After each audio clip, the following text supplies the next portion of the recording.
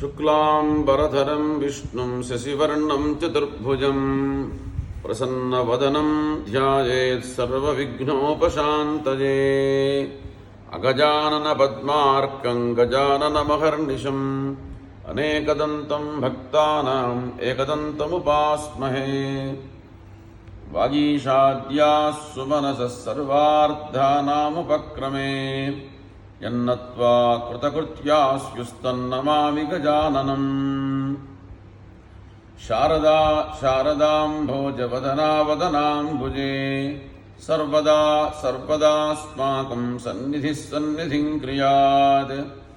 सदाशिवसमारम्भां शङ्कराचार्यमध्यमाम् अस्मदाचार्यपर्यन्तां वन्दे गुरुपरम्पराम्।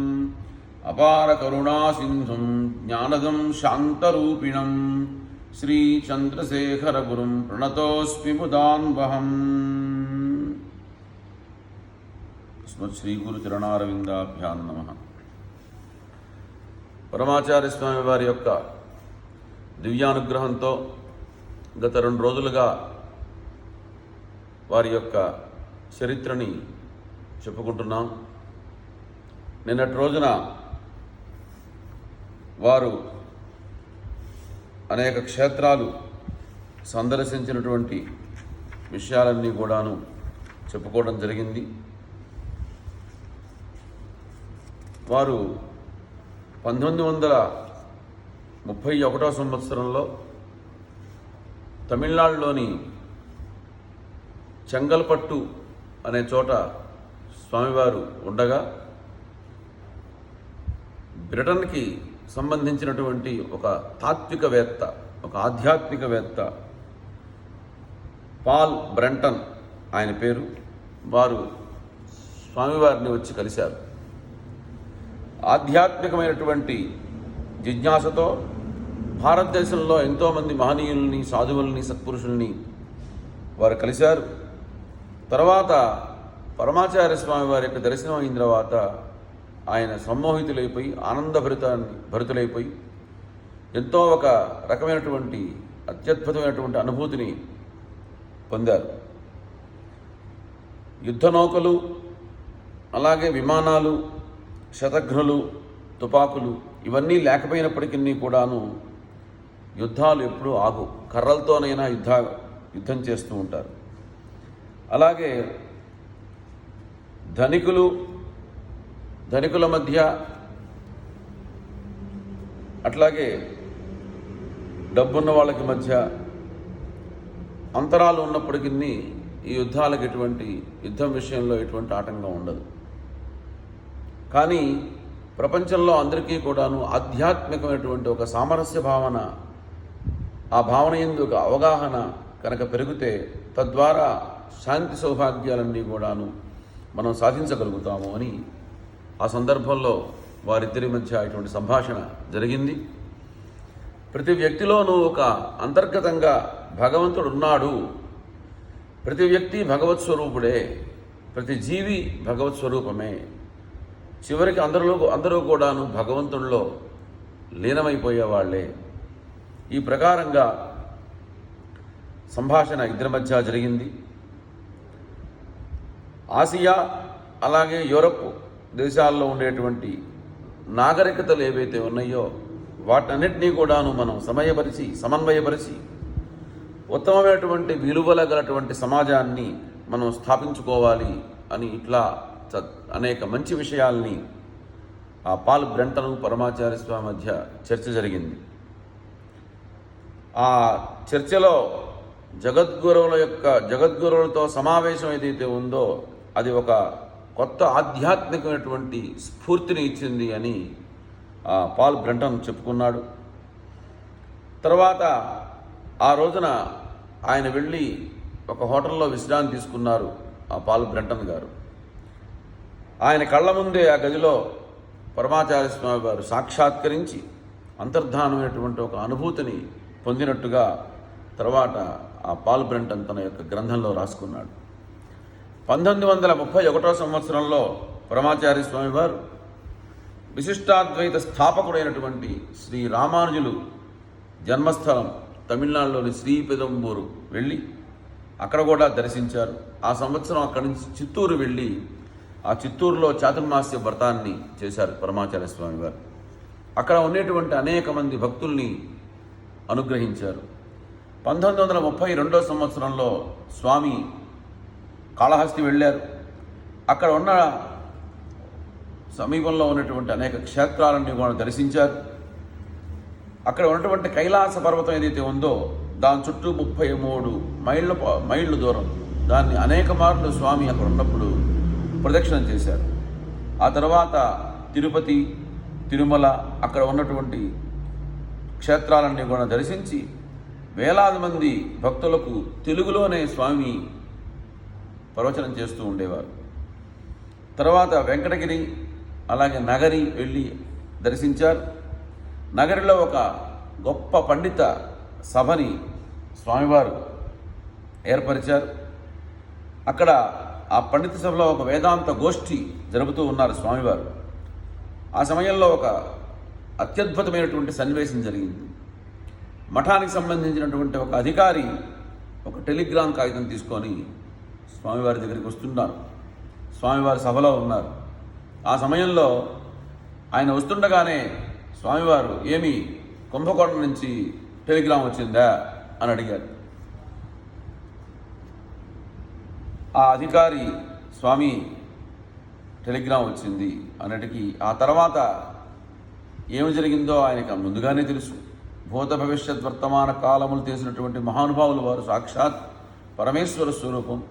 వెంటనే సభలోంచి మౌనం వహించి వెళ్ళిపోయి జగద్గురువులు కొంత దూరం వెళ్ళి దగ్గరలో ఉన్నటువంటి ఒక సెలయేరు లాంటిది ఉంటే ఆ జలపాతం క్రింద వెళ్ళి చక్కగా స్నానం చేశారు.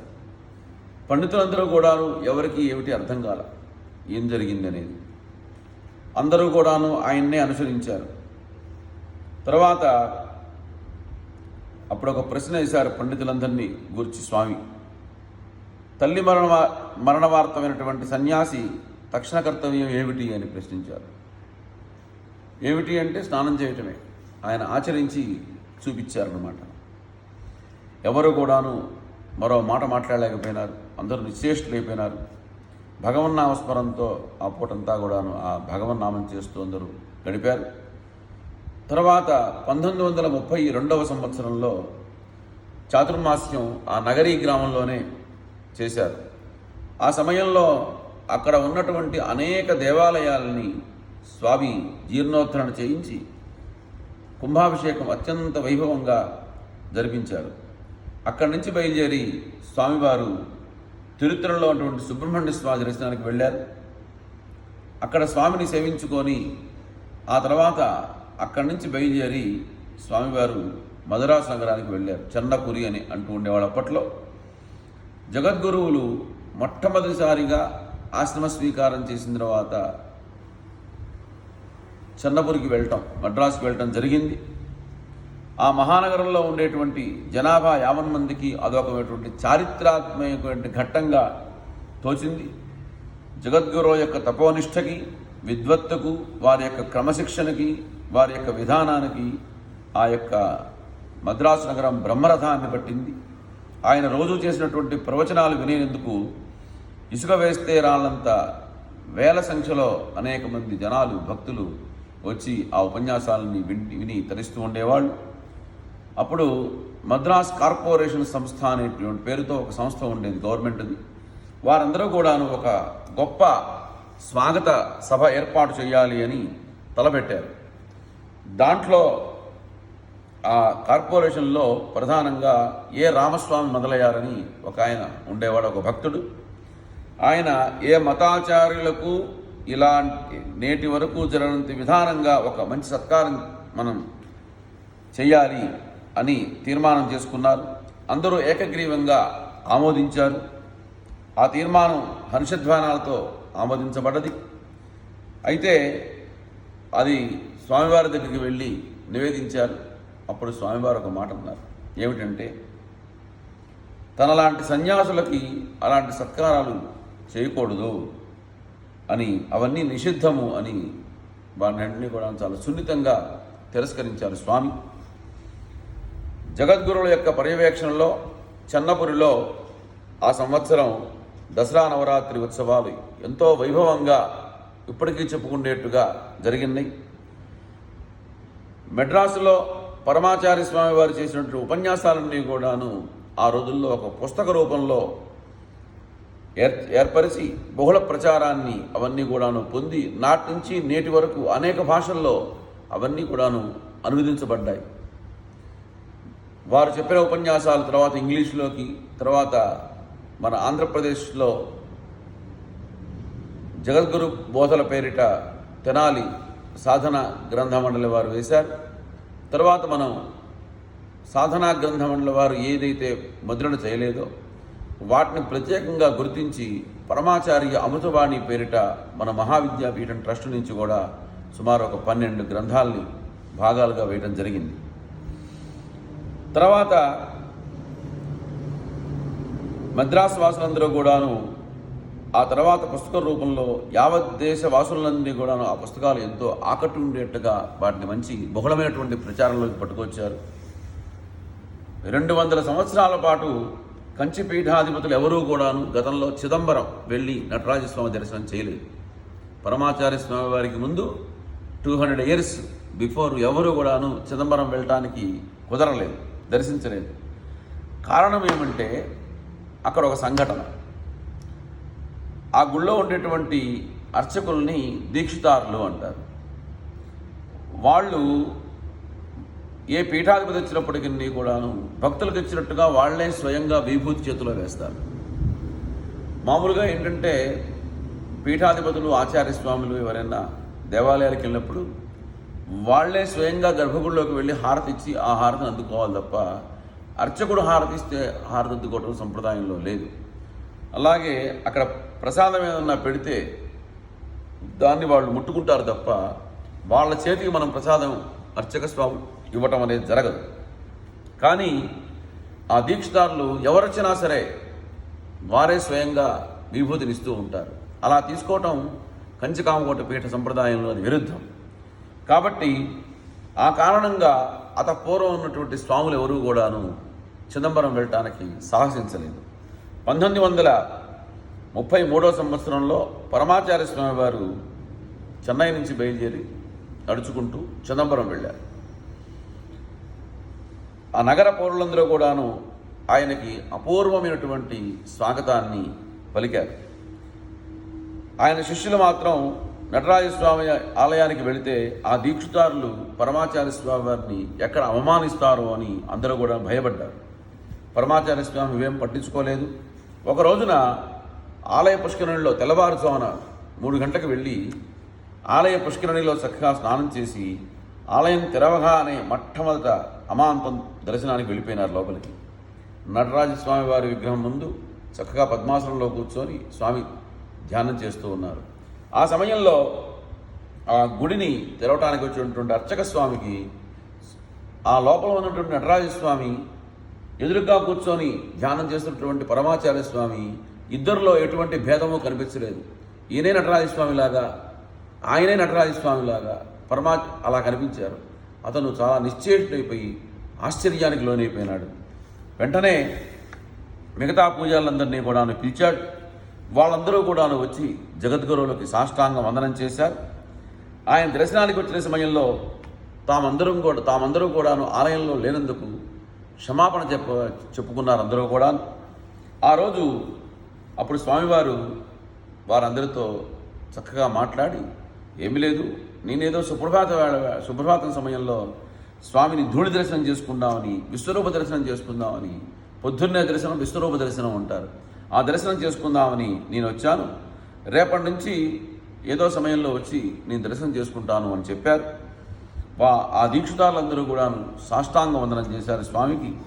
జగద్గురువులు ఇతర ఆలయాల్లో లాగానే సకల మర్యాదలు కూడాను ఆ జగద్గురువులకి ఆ దీక్షితారులందరూ కూడా జరిపించారు. వారి యొక్క అభ్యర్థన అనుసరించి పరమాచార్య స్వామి వారు ఆ ఆలయంలోనే కొన్ని రోజులు మకాం చేసి అక్కడే పీఠాన్ని పెట్టుకొని అక్కడే చంద్రమౌళీశ్వరు యొక్క పూజను కూడా జరిపించారు. 1933వ సంవత్సరంలో జగద్గురువులు చిదంబరంలో సంకల్పం చేశారు. ఏమిటంటే అది కాశీయాత్ర చేయాలి అని సంకల్పించారు. ఒక శిష్యుడు ముందుగా వెళ్ళి మార్గమధ్యంలో వచ్చేటువంటి రాగల ఇబ్బందులు, అక్కడ ఉండేటువంటి పరిస్థితులు, అక్కడ ఉండేటువంటి అవకాశాలు, వనరులు అవన్నీ కూడా చూసి వచ్చాడు. వారణాసి పౌరుల తరఫున కాశీలోని ఉపాధ్యాయులందరూ కూడా అనేక మంది ఉన్నారు. వాళ్ళందరి తరఫున, పండితుల తరఫున జగద్గురువులకి కాశీ రావాల్సిందిగా ఆహ్వానాన్ని కూడా వచ్చినాయి.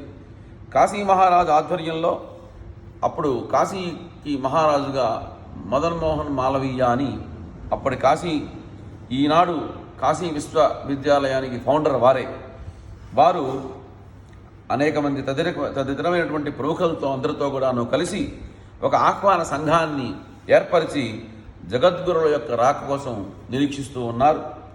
మద్రాసు రాష్ట్రం ప్రభుత్వం దోవలో వచ్చే అన్ని ప్రాంతాల రాష్ట్ర ప్రభుత్వాలకి కూడాను, సంస్థానాలకి కూడాను, అప్పుడు మనకి హైదరాబాద్ కూడా నిజాం సంస్థానం అనే పేరుతో ఉండేది. ఈ జగద్గురుల యొక్క యాత్రకు పూర్తిగా సహకరించాలి అని ముందుగానే అందరికీ సూచనలు, సందేశాలు పంపించారు. 1933వ సంవత్సరం సెప్టెంబర్లో స్వామి చిదంబరంలో నటరాజస్వామికి నమస్కారం చేసుకొని బయలుదేరారు.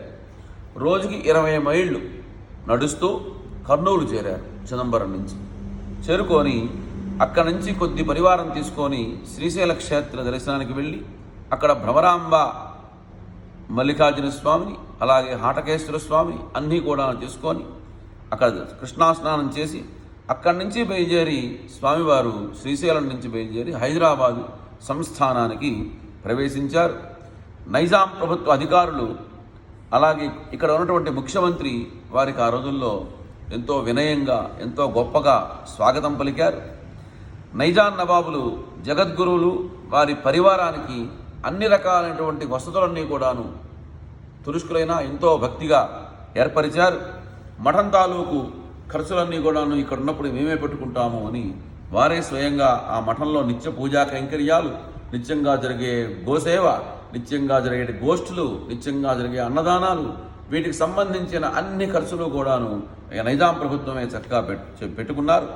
హైదరాబాదులో పరమాచార్య స్వామి వారు ఆ రోజుల్లో ఒక సనాతనమైనటువంటి ధర్మసభను, సనాతన ధర్మసభ అనేటువంటి పేరుతో ఒక పెద్ద సభను ఏర్పరిచారు.